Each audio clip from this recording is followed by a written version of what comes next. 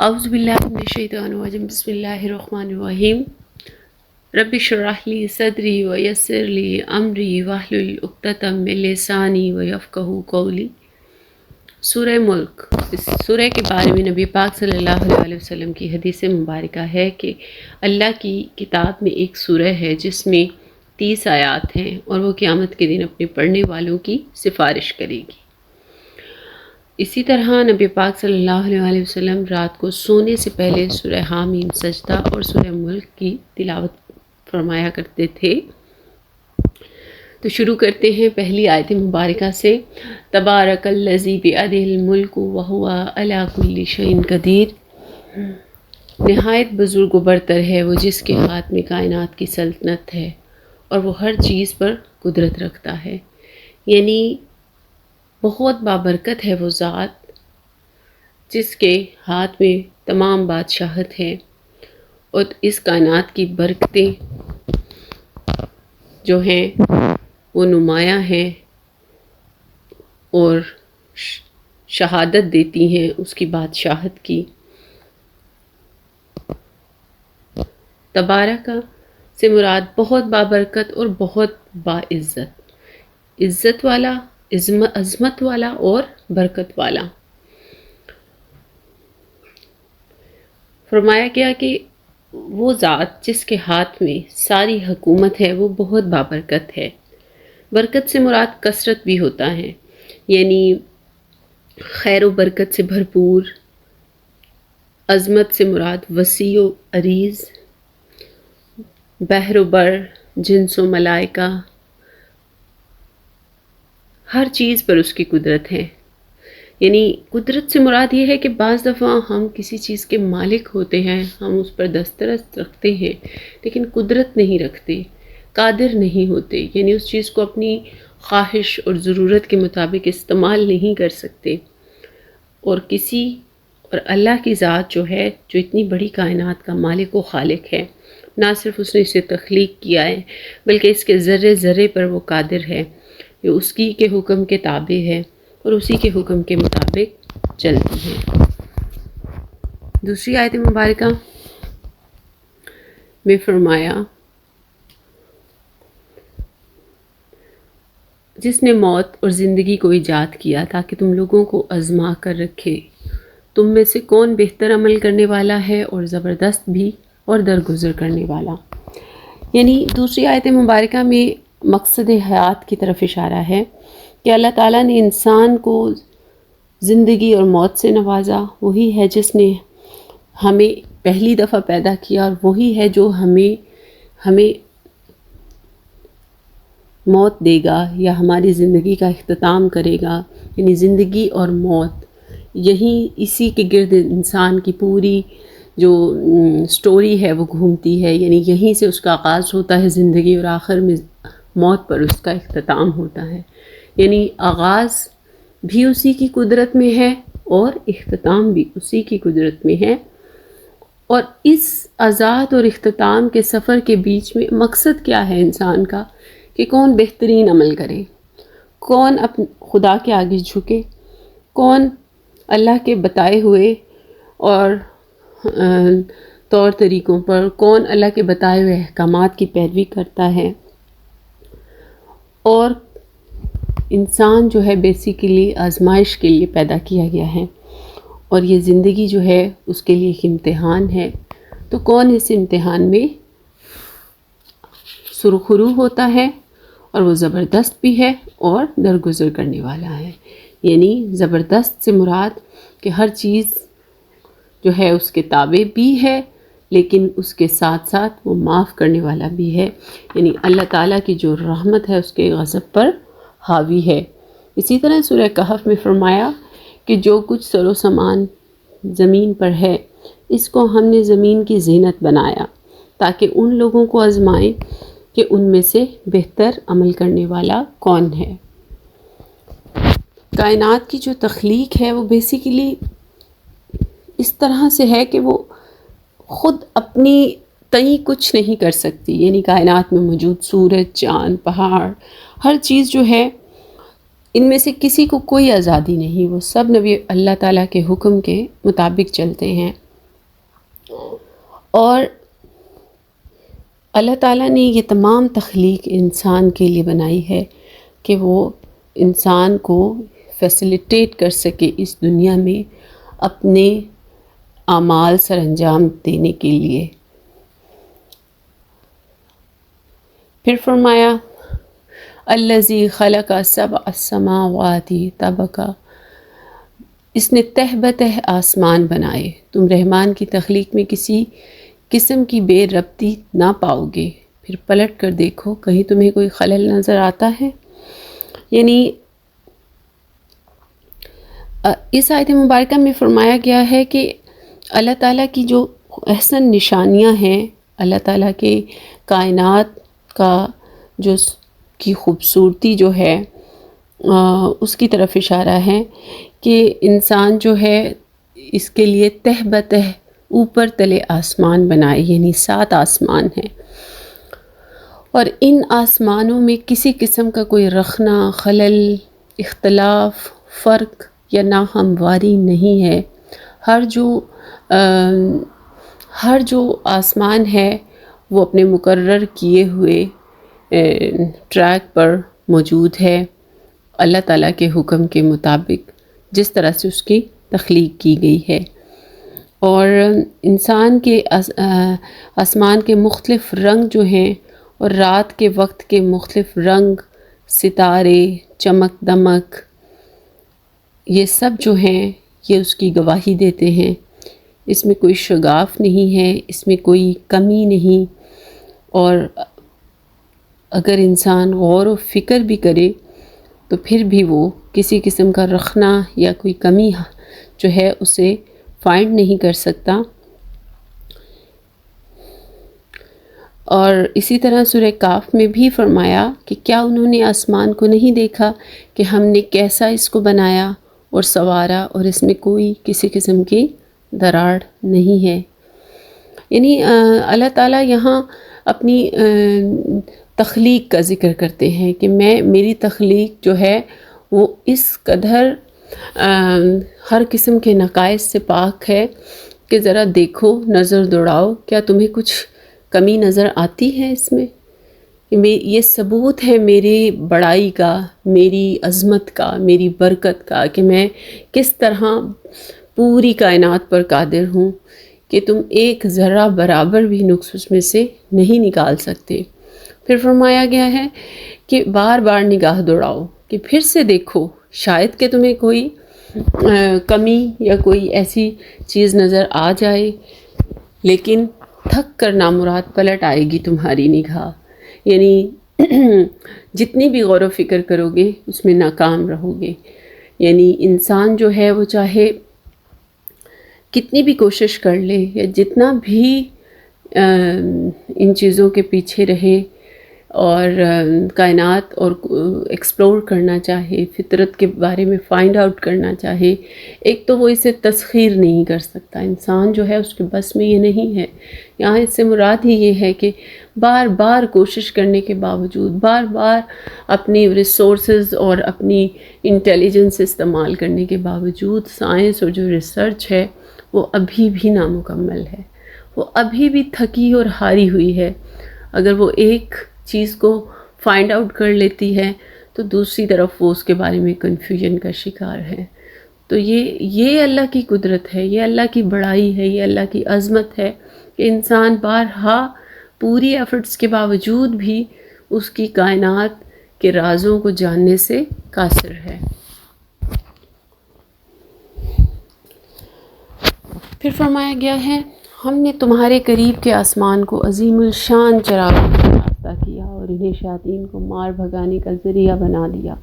ان شیطانوں کے لیے بھڑکتی ہوئی آگ ہم نے مہیا کر رکھی ہے۔ یعنی اس آیت مبارکہ میں اللہ تعالیٰ چیلنج فرماتے ہیں کہ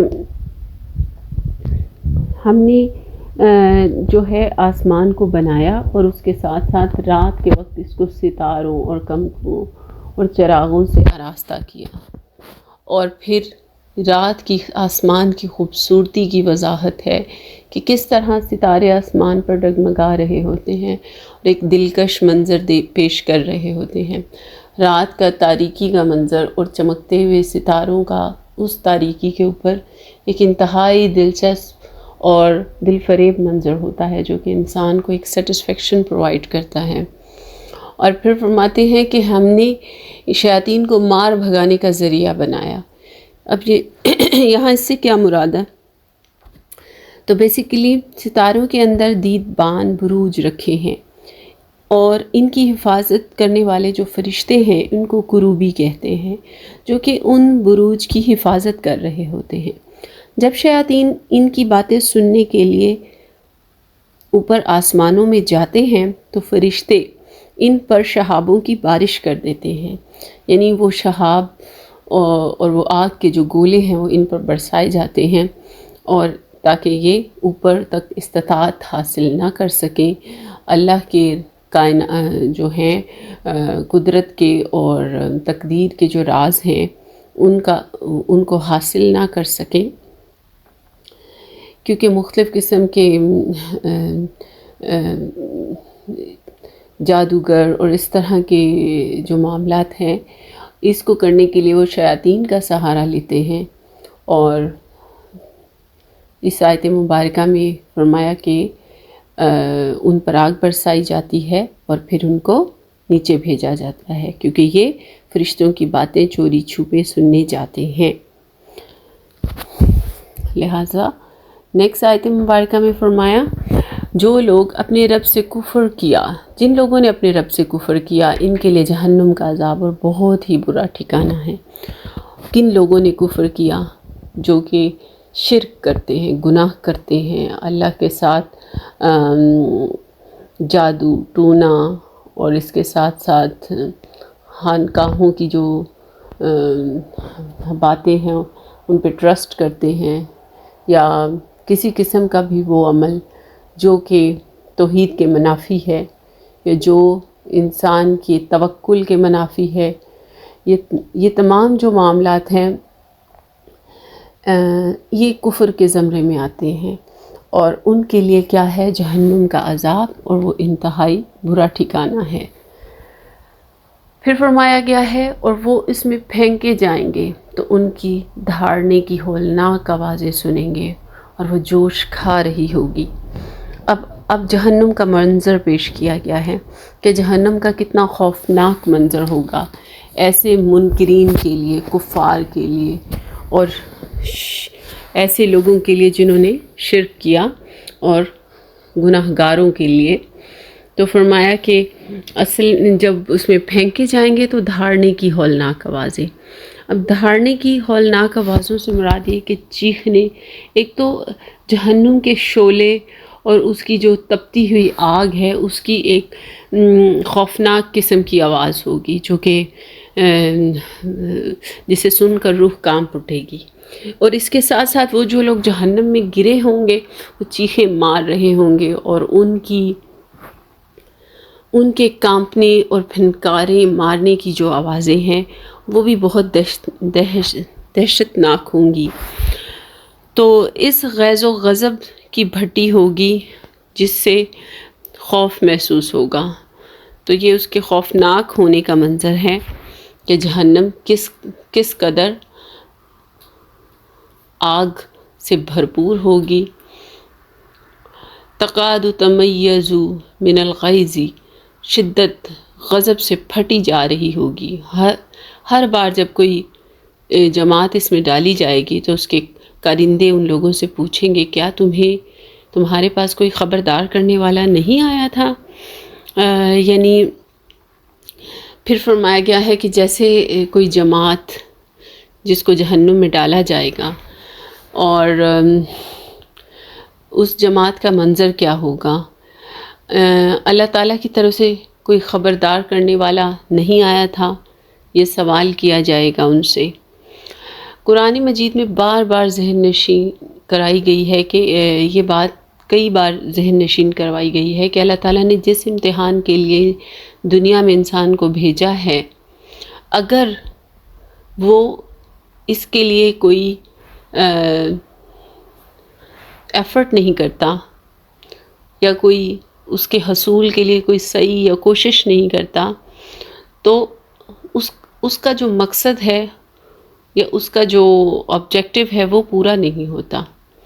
اس آبجیکٹیوز کو پورا کرنے کے لیے اللہ تعالیٰ نے انبیاء بھیجے، کتابیں نازل فرمائیں، اور ان میں سیدھا رستہ دکھایا انسان کو، اور اس کے علاوہ پھر بھی لوگ جو ہیں ان سے منکرین رہے اور کوئی نہ کوئی عذر پیش کرتے رہے۔ تو جب ان جماعت کی جماعتوں کو جہنم میں ڈالا جائے گا تو ان سے یہ سوال کیا جائے گا کہ کیا تمہیں کوئی کیونکہ جنت کے داروغہ یہ سوال کریں گے کہ کیا تمہیں کوئی ڈرانے والا نہیں آیا تھا، یعنی اس خوف سے لرزتے ہوئے۔ اور ظاہری بات ہے جب انسان کو اپنا انجام نظر آ رہا ہوتا ہے تو اس کے اوپر وحشت بھی طاری ہوتی ہے، اس کے اوپر پچھتاوا بھی طاری ہوتا ہے، اور جیسے ہم سے کچھ غلط کام ہو جاتا ہے یا تو ہمارے گھر میں یا کسی بھی کوئی حادثہ ہو جاتا ہے تو ہمیں پہلے یہ سوال کیا جاتا ہے تو کیا تم نے یہ احتیاطی تدابیر نہیں کی تھی، کیا تم نے دروازے کو لاک نہیں لگایا تھا، یا اسی طرح جنت کے داروغہ بھی جہنمیوں سے یہ سوال کریں گے کہ ذرا بتاؤ کہ کیا تمہارے پاس کوئی ڈرانے والا نہیں آیا تھا، تو پھر وہ کیا جواب دیں گے؟ ہاں، خبردار کرنے والا ہمارے پاس آیا تھا، یعنی وہ مانیں گے اس بات کو، اس بات کی تصدیق کریں گے جس کو وہ پوری زندگی جھٹلاتے رہے یا جس سے وہ انکاری رہے، جس سے انہوں نے کنارہ کشی اختیار کی، تو اس بات کو اب وہ ایڈمٹ کریں گے کہ ہاں مگر ہم نے اسے جھٹلایا اور کہا کہ اللہ نے کچھ نازل نہیں کیا، تو ہم بڑی گمراہی میں پڑے ہوئے تھے۔ یعنی یہ انسان کی ہار ہے، یہ انسان کی حقیقت ہے کہ جو اس دنیا میں سرکش ہے، تکبر کا شکار ہے، یا اس نے اپنے رستوں کو غلط رستوں کو چنا ہوا ہے، یا اسے کچھ دکھائی نہیں دیتا، یا وہ دیکھنا ہی نہیں چاہتا، یا اس کے پاس حقیقت کو سمجھنے کے لیے وقت ہی نہیں، تو یا پھر انسان جھگڑالو ہے، کاہل ہے، کم عقل ہے۔ مطلب یہ تمام چیزوں کو جس سے اس دنیا میں ہم اوائڈ کرتے ہیں یا جس کو ہم اتنا ضروری نہیں سمجھتے یا جو ہمارے لیے اتنی میننگ فل نہیں، ہمارے لیے تو اس دنیا کے آبجیکٹیوز میننگ فل ہے نا، کہ ہم نے یہ حاصل کرنا ہے، ہمیں ابھی یہ پروجیکٹس کرنے ہیں، ہمیں ابھی یہ دولت کا لیول اچیو کرنا ہے، اس طرح کا گھر بنانا ہے، تو ابھی تو ہمارے یہ آبجیکٹیوز ہیں نا۔ تو لیکن اس وقت پھر انسان جو ہے وہ اس بات کا شدت سے احساس کرے گا کہ ہاں خبردار کرنے والا آیا تھا، کہ اللہ کا حق ہم تک پہنچا تھا، لیکن ہم نے اسے جھٹلایا اور ہم نے اس سے انکار کیا اور ہم گمراہی میں مبتلا تھے۔ پھر فرمایا گیا ہے اور وہ کہیں گے کاش ہم سنتے اور سمجھتے تو آج اس بھڑکتی ہوئی آگ کے سزاواروں میں شامل نہ ہوتے۔ یعنی اب وہ پوری طرح سرخم تسلیم کر رہے ہیں کہ ہاں ہم مان بھی گئے اور ہم نے اس چیز کا اعتراف بھی کر لیا کہ ہم واقعی گناہ گاروں میں تھے، کہ کاش ہم نے ایسا نہ کیا ہوتا، کاش ہم نے اپنے لیے جہنم کو نہ چنا ہوتا، ہم سنتے اور سمجھتے۔ سنتے اور سمجھتے سے کیا مراد ہے؟ یہاں پر سننے سے مراد یہ کہ ہم ان باتوں پر توجہ دیتے، ہم غور و فکر کرتے، ہم قرآن کی تعلیمات کی انڈرسٹینڈنگ بلڈ کرتے، ہمیں یہ جو اللہ تعالیٰ نے تعلیمات ایک قرآن مجید کی صورت میں اپنے نبی پاک صلی اللہ علیہ وسلم پر نازل کی ہیں، کاش ہم نے ان کی تعلیمات کو غور سے سنا ہوتا اور اسے سمجھنے کی کوشش کی ہوتی اور اپنی عقل کا استعمال کیا ہوتا، تو آج ہم ان بھڑکتی ہوئی آگ کے سزاواروں میں نہ ہوتے۔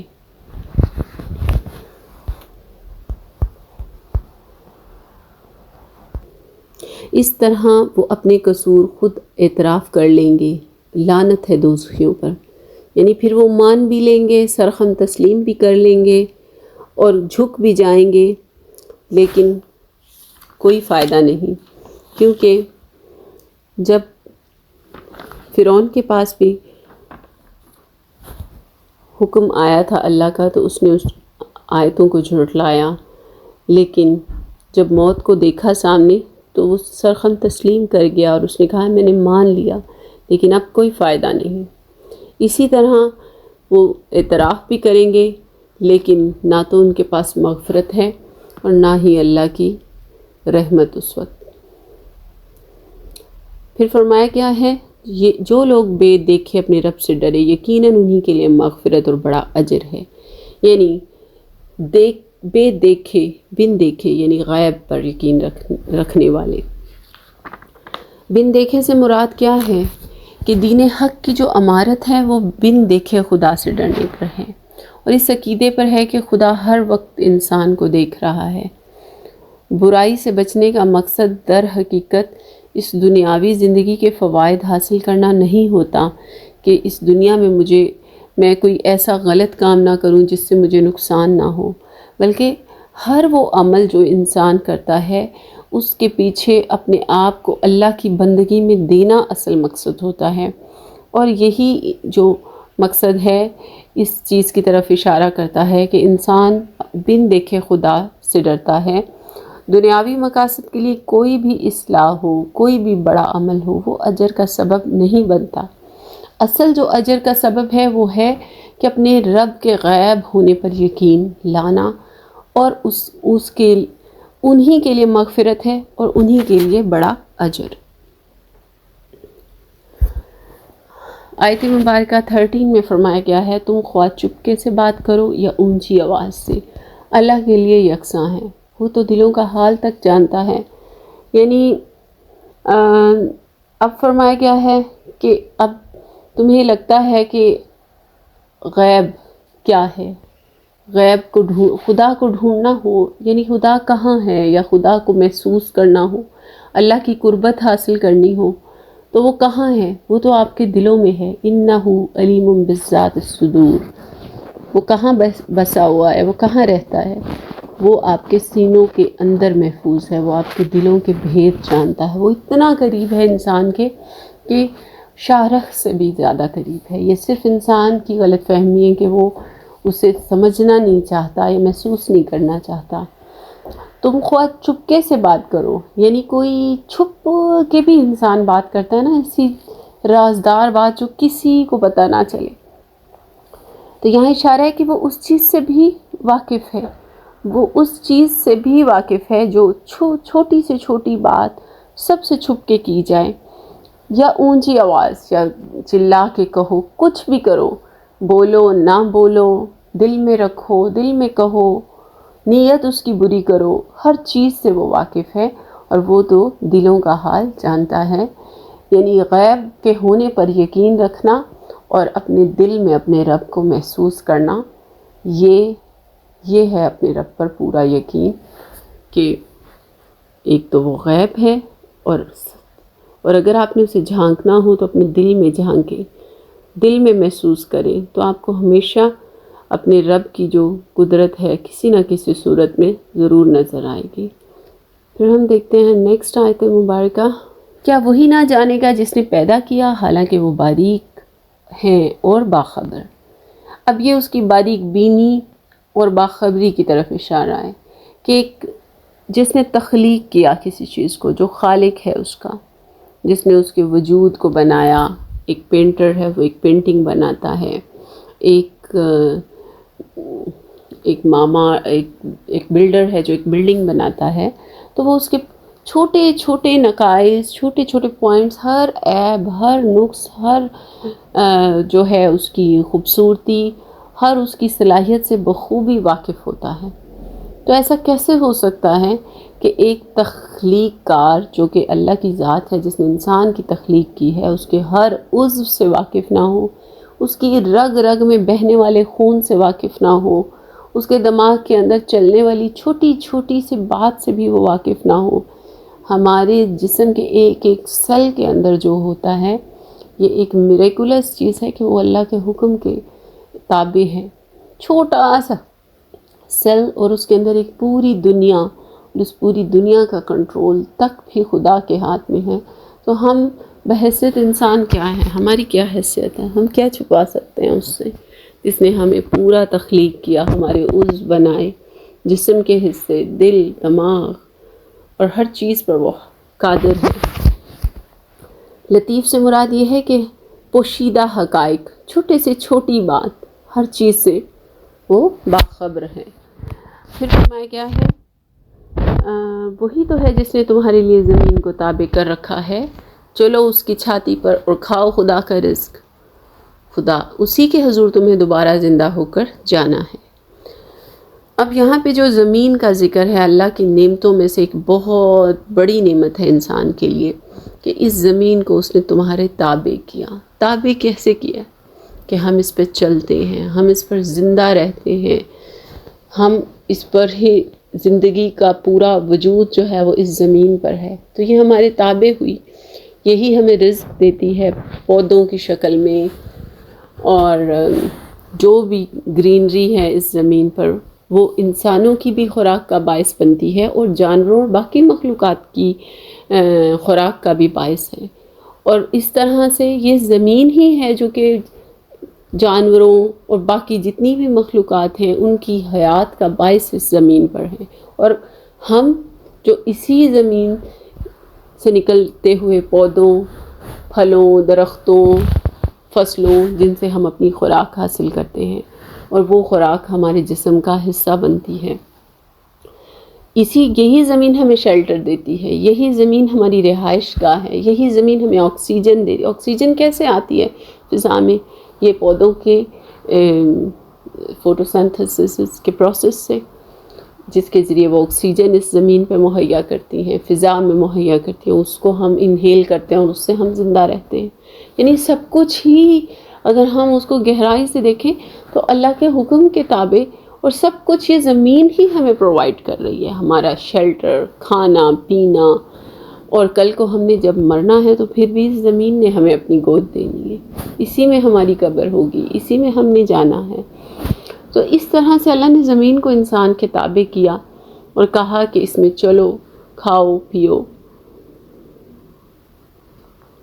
اور اسی میں سے وہ تمہیں دوبارہ زندہ کرے گا۔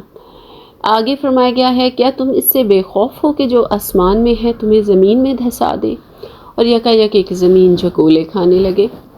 پھر فرما رہے ہیں کہ اب تمہیں اس بات سے ڈر نہیں لگتا، یعنی انسان کو جھنجھوڑا جا رہا ہے کہ کیا تم اس بات سے خوف محسوس نہیں کرتے ہو؟ کیوں نہیں خوف محسوس کرتے ہو کہ اگر یہ زمین وہ تمہارے تابع کر سکتا ہے تو اسی زمین کو تم پر غالب بھی کر سکتا ہے۔ یہی زمین جو کہ تمہیں حیات دے رہی ہے، زندگی دے رہی ہے، یہی زمین تمہاری تباہی کا باعث بھی بن سکتی ہے۔ کس طرح سے؟ ارتھ کویک، زلزلوں کی شکل میں، اگر وہ جھنجھوڑ دے زمین کو اور زمین جھکولے کھانے لگے تو انسان کی کیا قدرت ہے؟ انسان کیا کر سکتا ہے؟ انسان تو آج تک ارتھ کویک کا کوئی سلوشن نہیں نکال سکا۔ اتنی تسخیر اور ریسرچ کے باوجود انسان ابھی بھی بالکل لاچار ہے، اس کے ہاتھ میں کچھ نہیں ہے، وہ ارتھ کویک کو کنٹرول نہیں کر سکتا، وہ کسی چیز پر غالب نہیں آ سکا۔ یہ بہت بڑا کرشمہ ہے کہ انسان اتنی جدوجہد اور اتنی انویسٹمنٹ کے باوجود کسی قدرت کے راز پر غالب نہیں آ سکا۔ تو لہٰذا اگر اللہ تعالیٰ چاہے تو انسان کو اس زمین میں دھسا دے، زلزلے کی صورت میں، تباہی کی صورت میں، تو تب بھی انسان بے بس ہے۔ تو انسان کو خوف محسوس کرنا چاہیے، ڈرنا چاہیے اپنے رب کی بڑائی سے اور اس کے قہر سے۔ پھر فرمایا گیا ہے، بے خوف ہو، کیا تم اس سے بے خوف ہو کہ جو آسمان میں ہے تم پر پتھراؤ کرنے والی ہوا بھیج دے؟ یعنی آسمان میں ہے سے مراد اللہ۔ آسمان میں کون ہے؟ عرش اللہ تعالیٰ کا عرش عظیم، 7 آسمانوں کے اوپر کیا ہے؟ تو حکم یہ ہے کہ اگر وہ چاہے، اگر اس کا حکم ہو تو یہ جو ہوا جس میں تم آکسیجن انہیل کر رہے ہو، اگر یہ پتھروں کی ہوا میں تبدیل ہو جائے تو پھر کیا کر لو گے؟ تو پھر تمہیں پتہ چلے گا کہ اللہ کی تنبیہ کیا ہے، کیا اللہ کا حکم کیا ہے۔ اور کیا تم بے خوف ہو گئے ہو کہ اس پتھراؤ کی آندھی سے؟ اور اگر ایسا ہو جائے تو پھر تم جان لو کہ کیسا ڈرانا ہے اللہ کا۔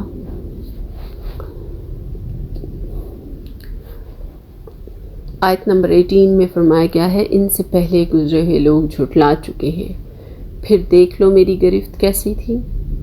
قوم عاد، قوم سمود، اسی طرح بنی اسرائیل کی قوم، سب یہ جو قومیں ہیں یہ انسان کے لیے ایک تنبیہ ہے۔ انہوں نے بھی جھٹلایا، انہوں نے بھی انکار کیا، انہوں نے بھی پیروی نہیں کی، تو کیسی خوفناک گرفت میں مبتلا ہوئے۔ پھر فرمایا گیا ہے کہ یہ لوگ اپنے اوپر اڑنے والے پرندوں کو پر پھیلائے اور سکڑتے نہیں دیکھتے؟ رحمان کے سوا کوئی نہیں ہے جو انہیں تھامے ہوئے ہے۔ یعنی اب ایک اور خوبصورت مثال دی گئی ہے پرندوں کی کہ کس طرح یہ پرندے فضا میں سٹیبل ہیں، کیسے یہ ہوا میں اڑتے ہیں، کیسے یہ ہوا کو دو حصوں میں تقسیم کرتے ہیں، اور کس طرح یہ اپنی ایک مخصوص سپیڈ برقرار رکھتے ہیں ہوا میں۔ تو یہ اللہ تعالیٰ کی قدرت ہے، یہ اس کی ایک اور نشانی ہے، جس میں اصل میں پرندے جو ہیں ان کی بونز کے اندر کیویٹیز ہوتی ہیں جن میں ہوا ہوتی ہے، جو ان کو ہوا میں معلق ہونے میں سٹیبلائز کرتی ہے، اور جو ان کی شیپ اور ان کے پر ہوتے ہیں وہ ہوا کو کاٹتے ہوئے ایک ٹریک بناتے ہوئے جاتے ہیں، جس کی بنیاد پر یہ فضا میں اتنی سٹیبلٹی کے ساتھ معلق بھی رہتے ہیں اور فلائی بھی کرتے ہیں۔ تو یہ میرے رب الکائنات کی ایک حکمت ہے اور قدرت ہے کہ اس نے ہر جو تخلیق کی، ہر جو مخلوق بنائی، اس کے اندر اپنی مختلف قسم کی خوبصورتی اور مختلف قسم کی خوبیاں ڈالی، اور وہ ان پر ہر چیز پر قادر ہے۔ پھر فرمایا گیا ہے، بتاؤ آخر وہ کون سا لشکر تمہارے پاس ہے جو رحمان کے مقابلے میں تمہاری مدد کر سکتا ہے؟ حقیقت یہ ہے کہ منکرین دھوکے میں پڑے ہوئے ہیں۔ یعنی اب سوال کیا جا رہا ہے کہ اللہ کی جو تخلیق ہے، پہلے اس کا ذکر تھا، زمین، آسمان، ہواؤں میں چلتے ہوئے پرندوں کا توازن، ان سب کے مقابلے میں کوئی ایسی چیز انسان کے پاس ہے جو وہ رحمان کے مقابلے میں پیش کر سکتا ہے؟ کہ کیا انسان کی کوئی اتنی، اسے ہم اس انداز میں کہہ سکتے ہیں کہ انسان کی تو کوئی اوقات ہی نہیں ہے کہ انسان کیا کر سکتا ہے؟ کیا کوئی ایسا اس کے مد مقابل چیز کریٹ کر سکتا ہے؟ تو کس بات میں دھوکے میں پڑا ہوا ہے، کس غرور میں پڑا ہوا ہے، کس گناہ میں مبتلا ہے؟ کیا سمجھتا ہے خود کو کہ وہ اپنے رب کے حکم کے آگے خم تسلیم نہیں کرتا؟ تو وہ کیا سمجھتا ہے خود کو؟ کیا اوقات کیا ہے اس کی کہ کوئی ایسی چیز، یا تو کوئی اس سے بھی بڑی چیز انسان کے پاس موجود ہے تو وہ اترائے اور اپنی بڑائی کو پیش کرے، نعوذ باللہ۔ لیکن انسان جو ہے وہ خسارے میں ہے۔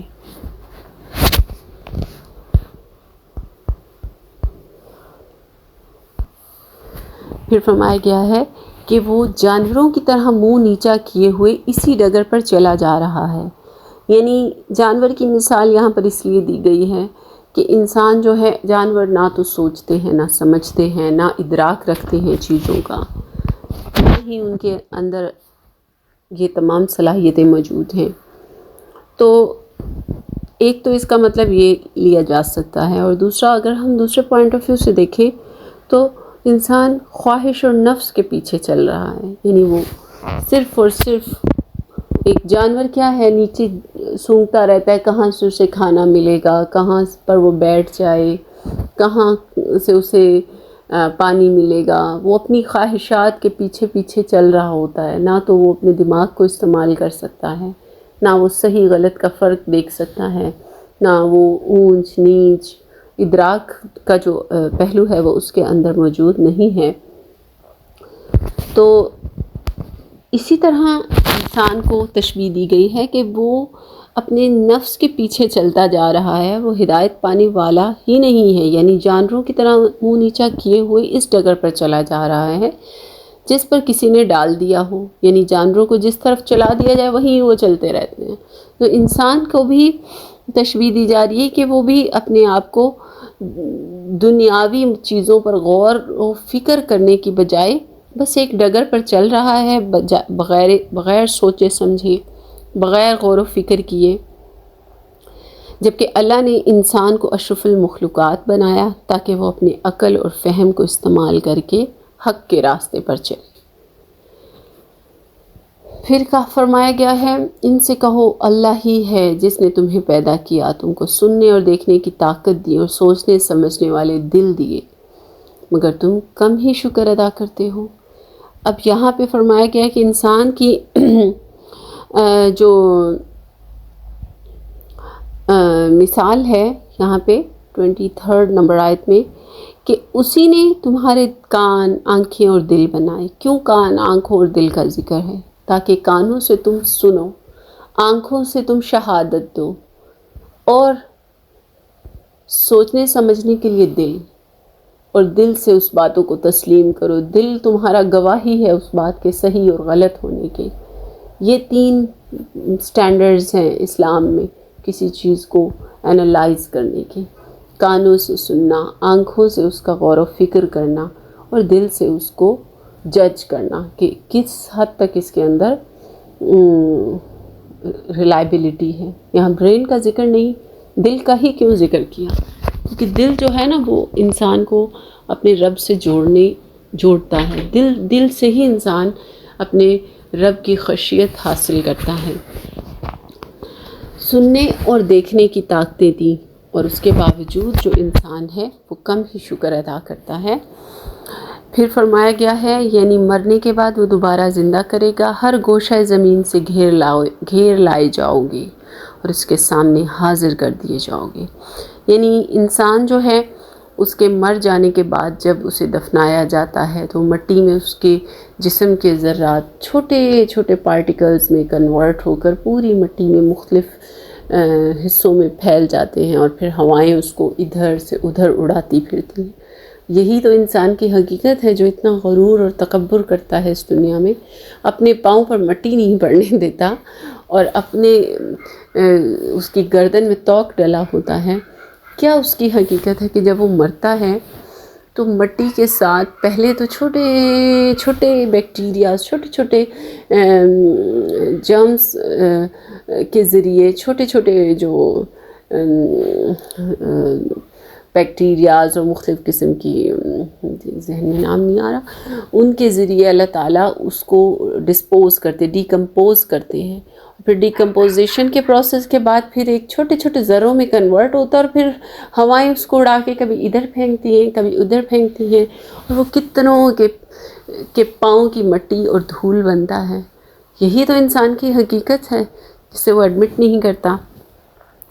یہاں پر دراصل فرمایا گیا ہے کہ انسان کی مثال ایک فصل کسی ہے جسے اللہ نے زمین میں بنایا، پھر اس کی پرورش ہوئی، پھر اس کے دانے کو اس سے الگ کیا گیا، یعنی اس کے اعمال جو ہیں وہ اس کے دانے کی شکل میں ہیں، اس کے پھل کی شکل میں ہیں جن کو اس سے الگ کیا گیا۔ پھر اسے بھوس سے الگ کر کے جو بھوس تھی اس کو جلا دیا گیا، وہ راکھ بن گئی، یعنی انسان راکھ بن گیا۔ اور کیا خدا نے تم کو اب سن پیدا کیا ہے، یعنی اس نے تمہیں وداؤٹ اینی ریزن پیدا کیا ہے، تمہارا کوئی مقصد نہیں تھا۔ یعنی بہت خوبصورت مثال ہے کہ پہلے وہ پودا بنتا ہے، پھر اس سے پھل نکلتا ہے، اور وہ پھل جو ہے وہی اس کے لیے کارآمد ہے، پھر اس نے دوبارہ خشک ہو جانا ہے، اور دوبارہ اس نے اسی طرح مٹی کا مٹی بن جانا ہے، کیونکہ جب وہ بھوس بن جائے گا پھر سے اس کا وجود تو ختم ہو جائے گا۔ لہٰذا نتیجہ کیا نکلا، رہا کیا انسان کے پیچھے؟ صرف اس کے عمل، اس کے اعمال باقی رہیں پھل کی شکل میں، احسن عمل جو کہ اللہ تعالیٰ کے نزدیک کاؤنٹ کیے جائیں گے۔ باقی انسان کچھ بھی نہیں، نہ اس کی وجود، نہ اس کی اختتام۔ پھر کیا فرمایا گیا ہے؟ وہ کہتے ہیں اگر تم سچے ہو تو بتاؤ یہ وعدہ کب پورا ہوگا. یعنی نبی پاک صلی اللہ علیہ وسلم سے کفار جو ہیں وہ طنز و مزاح کرتے تھے، چٹکلے جسے بولتے ہیں نا، چٹکلے چھوڑتے تھے اور تکلیف کا باعث بنتے، طنز کرتے تھے، طنز و مزاح کرتے تھے، اور پھر ان کے لیے یہ صرف مسخرہ تھا اس طرح کی گفتگو اور یہ جو کلام جب نبی پاک صلی اللہ علیہ وسلم ان کے سامنے پیش کرتے تھے، اور وہ یہ کہا کرتے تھے کہ ہاں بتاؤ کب قیامت آئے گی، کب آئے گی؟ اگر تم سچے ہو تو کہو اس کا علم تو اللہ کے پاس ہے، میں تو بس صاف صاف خبردار کرنے والا ہوں. یعنی بے شک جو آخرت کا علم ہے وہ اللہ کے پاس ہے اور میں صرف خبردار کرنے والا ہوں. جیسے سورہ طور میں بھی فرمایا گیا ہے، کہتے ہیں کہ یہ ایک شاعر ہے اور ہم اس کے لیے گردش زورگار کا انتظار کر رہے ہیں، تو تم بھی انتظار کرو اور ہم بھی انتظار کرتے ہیں. یعنی محض مسخرہ بنانا یا چیزوں کو انجوائے کرنا اصل میں اس کا مقصد نہیں ہے. پھر جب وہ اس چیز کو قریب سے دیکھ لیں گے تو ان لوگوں کے چہرے بگڑ جائیں گے جنہوں نے انکار کیا ہو، اور اسی وقت ان سے کہا جائے گا یہی وہ چیز ہے جس کا تم تقاضا کرتے تھے. یعنی قیامت برحق ہے، یہ ہو کر رہنی ہے، یہ آ کر رہنی ہے. اور جب اس کا منظر لوگوں کے سامنے ہوگا تو وہ عبرتناک ہوگا. اور ان سے کہو کبھی تم نے یہ بھی سوچا کہ اللہ خواہ مجھے اور میرے ساتھیوں کو ہلاک کر دے یا ہم پر رحم کرے، کافروں کو دردناک عذاب سے کون بچا لے گا. کہ یہاں پر ایکسپلین کیا گیا ہے اس بات کو کہ اگر اللہ چاہے تو وہ میرے ساتھ کچھ بھی کر سکتا ہے، چاہے وہ مجھے ہلاک کرے یا مجھ پر رحم کرے، کیونکہ میرا یقین کامل ہے اس پہ. اور اگر کیا کبھی تم نے یہ بھی سوچا ہے کہ اگر اللہ یہ چاہے تو وہ خواہ مجھے اور میرے ساتھیوں کو ہلاک کر دے یا ہم پر رحم کر دے. یعنی میرے پورا توکل اللہ پر ہے اور کافروں کے لیے سخت دردناک عذاب ہے. پھر فرمایا گیا ہے ان سے کہو بڑا رحیم ہے وہ اور ہم اس پر ایمان لائے ہیں اور اسی پر بھروسہ ہے، ان قریب تمہیں معلوم ہو جائے گا. یعنی نبی پاک صلی اللہ علیہ وسلم کا آگے سے رسپانس کیا ہے کہ وہ بڑا رحیم ہے، کریم ہے اور ہمارا بھروسہ ہے اور ان قریب تمہیں اس کا علم ہو جائے گا. ان سے کہو کبھی تم نے یہ بھی سوچا کہ تمہارے کنوؤں کا پانی زمین میں اتر جائے تو کون ہے جو اس کی بہتی ہوئی سوتیں تمہیں نکال کر لا دے. اس سے مراد آیت مبارکہ کا بہت ہی خوبصورت مفہوم ہے. یعنی کیا خدا کے سوا کسی میں یہ طاقت ہے کہ ان سوتوں کو پھر سے جاری کر دے؟ اگر نہیں ہے تو تم جانتے ہو کہ نہیں ہے تو پھر عبادت کا مستحق خدا ہے یا تمہارے وہ معبود جو انہیں کاری کرنے کی کوئی قدرت نہیں رکھتے. ان کے بعد تم خود اپنے ضمیر سے پوچھو کہ گمراہ خدائے واحد کو ماننے والے ہیں یا وہ جو شرک کرنے والے ہیں. صدق اللہ العظیم. اسی کے ساتھ ہم اس آیت سورہ مبارکہ کا اختتام کرتے ہیں اور اللہ تعالی ہمیں اس کلام کو سمجھنے اور اس پر عمل کرنے کی توفیق عطا فرمائے. آمین.